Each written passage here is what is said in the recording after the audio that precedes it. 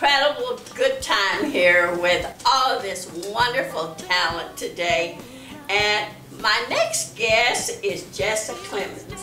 I met her also at the Houston Has Talent, and I want to welcome you to the YellowRose. I know that you have quite a record growing up from Crosby, Texas. You grew up in Crosby, right? I did. Yeah. That's what that kolache song I heard earlier rings true. We made kolaches growing up. So. Oh, really? Yeah. Fred, did I tell you that this has just been the talent, and just, I mean, it's just, you started very young too, like they did. Yeah.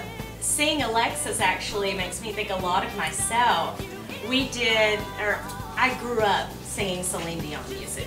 I was one of those that I wanted to find something that could push me vocally, and the more that you practice, the easier it gets, hitting the notes and things like that. So my mother always says I was singing before I could talk, and same thing as anybody, when you have that gift and that's your talent, you really start singing at a very young age, and I did, and I hadn't stopped since. Well, you performed locally in several theaters also. Yeah, the Baytown Little Theater is where I really grew up in performing and playing any part of the show. You know, I always went for the leads, but you don't always get the leads, and you gotta learn early that there's a lot of, you work really hard and you don't always get what you want, but that's the thing is, especially with theater, you learn that you just keep working at it. And sometimes I had the lead roles and other times I was in the chorus, but every time is an opportunity to use your gift. That's right, and you also have God-given talent. You also won at the Houston Livestock Show and Rodeos. Tell us about that. This is several years ago now. They did a talent competition at the time. I don't know if they still do it, but a friend of mine told me about it and said, you need to go and sing.